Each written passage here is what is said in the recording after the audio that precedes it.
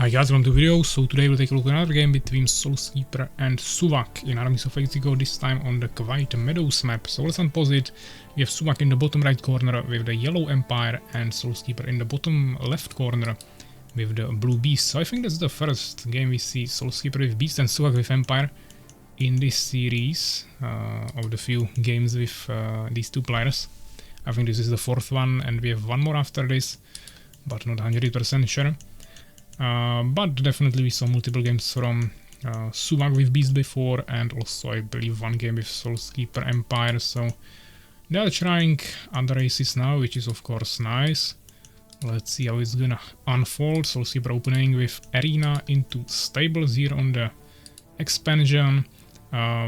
This is really close, I'm wondering. I think the Stronghold will still fit in here. Maybe he will have to move it to the left, then it would be really far away from the gems mine, but I believe it should fit in here, and there will probably be no gap, so that might be also dangerous for him, because it will be hard to move around. Also, he can have a nice safe totem if he actually can fit it in there.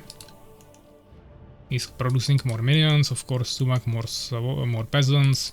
Also getting a front base here with barracks and farm there, and there is already a scout of Suvak finding the front base of Soulskeeper, so confirming there is no fast expansion.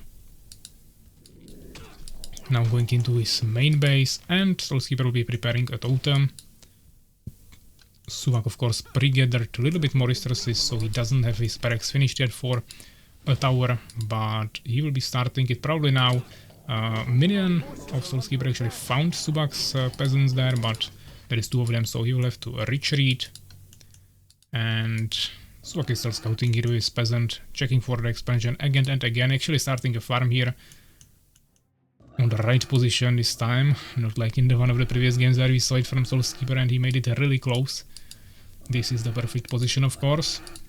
Won't be able to finish it, but I mean, it might slow it down a little bit. But Soulskeeper doesn't have resources anyways yet, so won't be achieving much. And Suvak might be actually expanding now. But it's still a minion. Maybe he will kill him first with the swordsman. Would be smart, so he doesn't give information for free. I mean, I don't think Soulskeeper saw that. He probably had it in the view area, but I don't think he was watching there. Soulskeeper destroyed the farm, or it got cancelled, not sure. But now Soulskeeper will be also expanding a little bit later, but it's faster build time. I think Suvak will finish it still a little bit sooner, the town hall, but it will be basically the same time. Population pretty much the same, a little bit in favor of Suvak, but now actually evening up. Population unlocked also kind of similar, but you already see a farm here. No second boron in production yet, so Soulskeeper might be struggling soon. Suvak will fix it now. Tier 2 already. And there is 2 swordsmen and 1 warrior. Third swordsman in production already. So we have to keep in mind that Suvak has 6 population in swordsmen, while Soulskeeper only 3. But he also has borons. Each boron is 1 population. Another warrior here. And there is the minions, nice surround. And he actually managed to catch 1 swordsman there. Another one dealing a hit there, but he might still die actually. Okay, insane value for Soulskeeper here, getting 2 free swordsman kills. Suvak didn't get anything from that, and he also still doesn't have a tower at home, even though he has a full wall here. Nice position for a tower. But he's going for a temple. Also blacksmith, doesn't have second barracks yet, just unlocking all the infrastructure and tech. Immediately going for iron sword. Gem saturation only in main, lots of saturation on gold in main, but not much in the expansion. I would expect some split of villagers. Soulskeeper now also bringing a little bit more to the expansion, getting his goblin hut there. And actually we see first pikeman.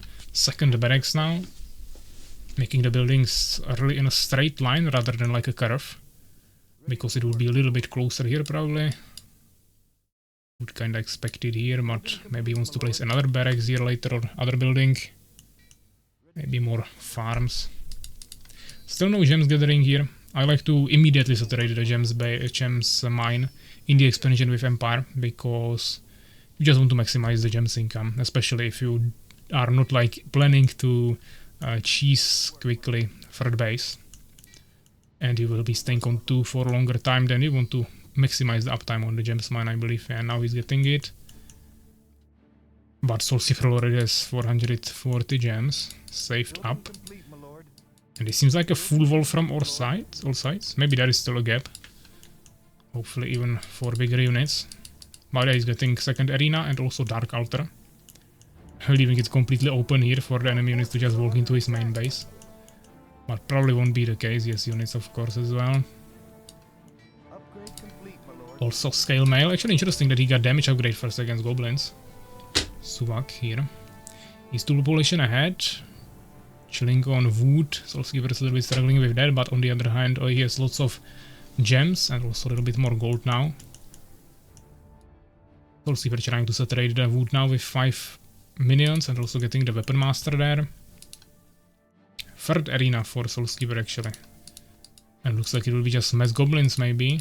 And also a witch of course, that's why he got the Dark Altar. And let's see, that's Elixir of Strength, so seems like he wants to fight a little bit. He killed one Boron there. Maybe even, yeah, another kill on the Goblin Hunter. And it's Priest, so he can just heal up. He didn't really lose anything here except like a bit of mana on the Bless. But it's not really costing any resources, just time. He's getting early Resurrection. Combination of Elf Rangers and Pikemen. I don't know why he's getting Elf Rangers against Beast, but I guess when you are getting splashed down in the front line on your Swordsman and Pikemen, then the Elf Rangers are not taking any damage. But the question is if it's even worth it. You usually want to surround the army with lots of melee units, and once they are spread like this, they won't be getting all splashed down at one time anyways. And Elf Rangers just have floor damage, so not really sure there, but might work as well. Pikeman checking for scouts, but this is no Fallen with Stingers, so Soulskeeper doesn't have anything there. There is the Phoenix of Suvak checking the expansion. Or I mean both bases, finding 2 bestiaries being built now, 3 arenas in total. Now Sharp Blade, which is the first upgrade Soulskeeper is getting. Also he has 2 stables. And Suvak already has, I mean also he's getting melee damage or melee unit upgrades. So the Elf Rangers are even weaker because they are not being affected by the upgrades there. He also got one Dryad, but I don't think that's for enchants, it's probably just for Eyes of Forest. And Soulskeeper is actually going for a third base.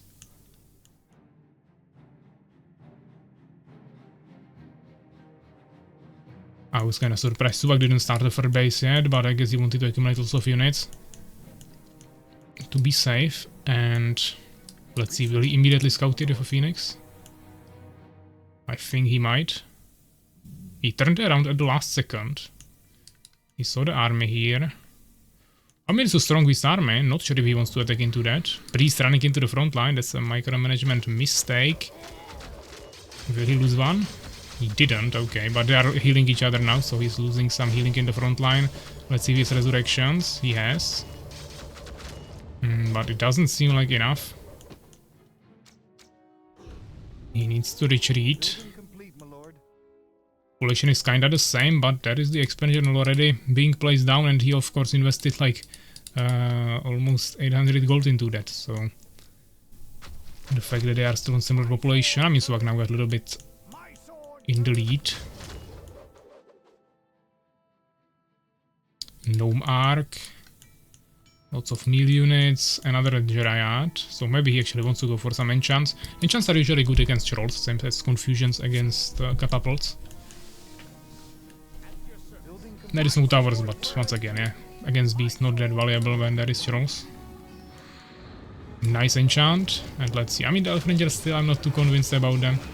They are not really providing any extra value here. I mean, yeah, this is an arrow enchant, so potentially they are still dealing damage while melee units would be stuck there, but he actually dropped them in the back now, so if there will be more here, it would probably still work better. Huh? Even trying to utilize the peasants there. Even more peasants. Forcing trolls into stone form, a nice surround, population same. But of course Soulskeeper is on 3 bases now, with half saturation there. cross weaving. Now he should probably focus them, but there is still the goblins shooting as well. Aura is there, attack speed is a huge value, and just one pikeman with aura like this is really powerful. But he has two upgrades there. If it would be all melee units, I just think it would be way more value.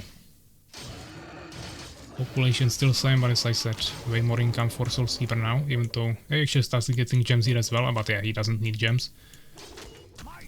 Subak on the other hand needs both gems and gold. He also of course had to invest some resources into the nomarchs, now he's getting some catapults. Insane oversaturation here and no saturation down here. Not sure what he's doing here with the peasants, maybe it's some bug. Yeah, he actually made a full wall, so he had to destroy his own farm. I mean, he doesn't really need the population now, so it's not the biggest problem, but he could have also just entered the building and exit on the other side. But now he has like, I don't know, 30 villagers there, only 5 here, so he needs to bring it back. So that's even losing him more resources now. That's like 3 against 1.5 bases gathering now for a while. And Soul Keeper is actually preparing some totems here for a push. In the meantime, Suva going for some drops maybe, with pikemen and catapults. Now we finally sees the third base, maybe actually still didn't spot it before. He's getting a little bit of damage, but he's fine, he's dropping here. And yeah, of course it's a nice push, but now he's getting attacked at home, where he has basically nothing to protect himself. I think if he would just drop the pikeman here, use the catapults as well, attack with everything, maybe get a few more priests, but he really doesn't have the gems. He might kill this potentially, and then with the catapults he could start pushing into the towers. But of course he wanted to do some harassment at the enemy base to not fall behind on resources. He's trying to maintain his army in the back until his arcs come back. They are slowly coming already. Peasants also kinda dying. Pikemen definitely can't be fighting warriors. Now he goes for the push. One arc flying, he finds the totems in the back. Unfortunately, catapults dropping right in the middle of the enemy army, so they are just one-shotted. And pikemen are fighting there, but the rest of the army is also absolutely out of position, so this half of the army will unfortunately die before the rest can get there. And now Soul Keeper is already 10 population ahead. He even brought his minions here. And there is frontline on both sides, plus all the splash damage with siege units for the beast, so this should be a really quick process, even though some pikemen got into the back line. There is also totems now, and this is of course GG. So yeah, Subak is GG, and this is the first win for Soul Keeper in this small series, so let's take a look on the results. 91 kills for Soul Keeper, 58 for Subak. Kinda balanced, largest army, resource experience a little bit more actually for Soul Keeper. Subak had way more researches, but as I said, half of his army was not affected by it. And gold harvested a little bit more for Soul Keeper. Of course he didn't utilize his gems at all, but he didn't really need them that much. But yeah, he really didn't have any tech. He just had warriors with goblins and then few witches and trolls. Outside of that, he was just making more and more arenas and totems, and that was about it. He actually had more buildings than Empire, who of course also has farms. But yeah, Subak didn't make a single tower, I believe, even though that wouldn't help him much. So yeah, 17 minutes 54 seconds. I hope you enjoyed it, and I will see you in the next one, so take care guys.